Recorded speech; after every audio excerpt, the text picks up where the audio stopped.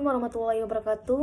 Perkenalkan, nama saya Rohmatul Karimah, NPM 1921020192, jurusan Hukum Tata Negara semester 8. Di sini saya akan mempresentasikan makalah filsafat hukum Islam yang berjudul Pendekatan Filsafat Hukum, Ilmu Hukum dan Ilmu Sosial.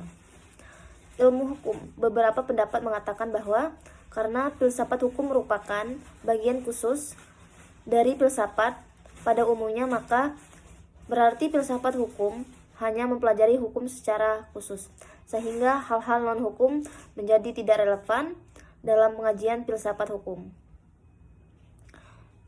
Sebagai filsafat hukum tunduk pada sifat-sifat, cara-cara, dan tujuan-tujuan dan filsafat pada umumnya. Di samping itu, hukum sebagai objek dari filsafat hukum akan mempengaruhi filsafat hukum. Dengan demikian, secara timbal balik antara filsafat hukum dan filsafat saling berhubungan. Secara sederhana dapat dikatakan bahwa filsafat hukum adalah cabang filsafat, yaitu mempelajari hakikat hukum. Dengan perkataan lain, filsafat hukum adalah ilmu yang mempelajari hukum secara filosofis. Jadi, objek filsafat hukum adalah hukum, dan objek tersebut dikaji secara mendalam sampai kepada inti atau dasarnya, yaitu disebut hakikat.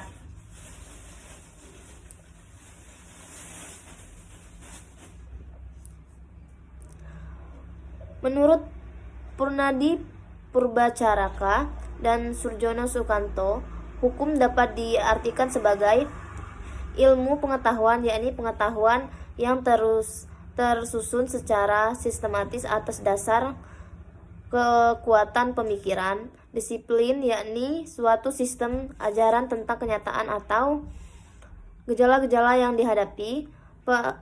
Norma, yakni pedoman atau patokan sikap tindak, perilakuan yang pantas atau diharapkan.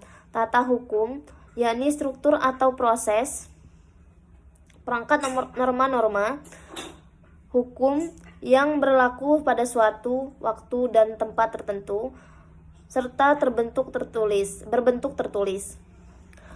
Petugas, yakni pribadi yang merupakan kalangan yang berhubungan erat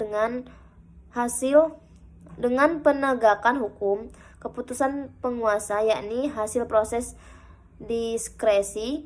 Proses pemerintahan, yaitu proses hubungan timbal balik antara unsur-unsur pokok dari sistem kenegaraan. Sikap tindak objek atau perilakuan yang teratur, yakni perilakuan yang diulang-ulang dengan cara yang sama yang bertujuan untuk mencapai kedamaian. Jalinan nilai-nilai, yakni jalinan dari konsepsi abstrak tentang apa yang dianggap baik dan buruk. Ilmu filsafat sosial. Filsafat sosial merupakan cabang filsafat yang mempelajari persoalan kemasyarakatan secara kritis, radikal, dan komprehensif.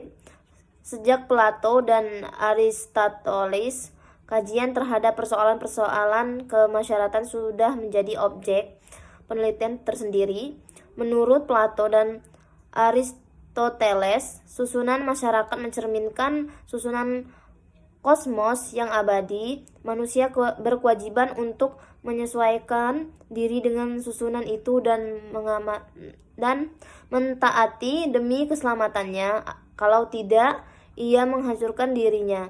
Pada abad pertengahan, masyarakat Eropa masih memperlihatkan pada pola dasar yang sama, hanya sekedar mengoreksi terhadap paham Plato dan Aristoteles. Paham tentang otonomi kosmos diganti dengan paham heteronominya, yaitu kepercayaan bahwa kosmos tidak berdiri sendiri tetapi bergantung pada kemahakuasaan Allah. Ketertiban kosmos adalah suatu ketertiban yang telah diciptakan.